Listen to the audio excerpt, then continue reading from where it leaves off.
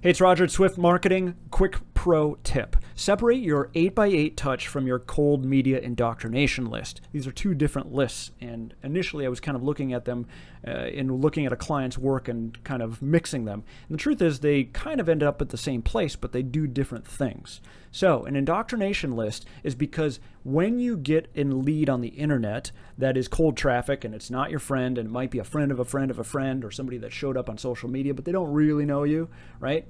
They're not in your tribe. Those people are quote unquote junk internet leads. I say junk internet leads in quotes because they come out of the earth looking like a rock, not like a polished diamond. Everybody's expecting them to look like a polished diamond that I can take to market and get their listing, and I just want to go out and sign up. Well, of course, you and everybody. The truth is they don't know, like, and trust you or respect why you're good.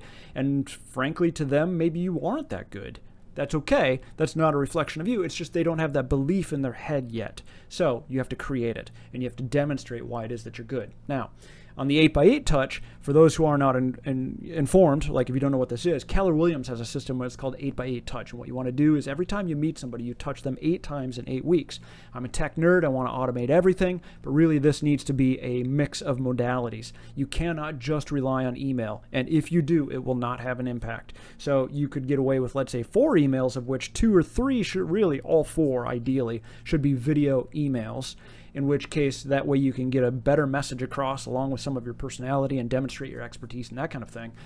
2 of those should be phone calls. Maybe an SMS could get away with 1 of those. 2 of them should be old school, grandma style snail mail, like with a postage stamp on it, that whole thing, right? High touch, that sort of idea.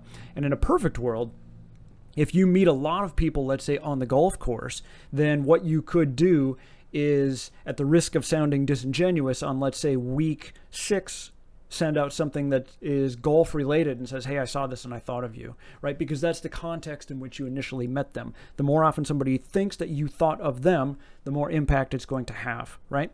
And so that only works if you have a single context in which you meet a lot of people, but that is frequently the case for many of you, right? If you're, let's say, the horse agent and you're big in the horse community, then you're going to meet a lot of people and have people that are interested in that. So hopefully this helps you. If you're one of our clients, then happy to help you. We can get this set up for you, and it's all generally automated. And so what happens is every time you meet somebody, they should get dumped into your 8x8 touch. That then should segment them. So quick side note, you definitely want to connect, and that looks like deepening connections, so in the channels that matter to them. So some people are LinkedIn people, some people are Facebook people, some people are not Facebook people, right? Some people are Instagram people. So wherever it is that they want to be, that's where you should be to strengthen your brand, obviously.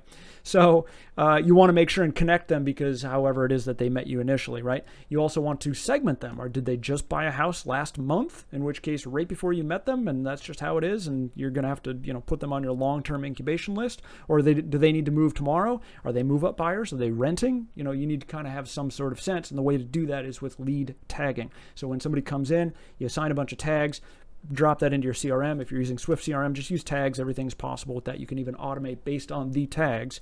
And if you're using some other CRM, then hopefully it's got that system for you. If you need any help with this, reach out to us at Swift Marketing. Happy to help. And hopefully this has helped you to your success. Thanks.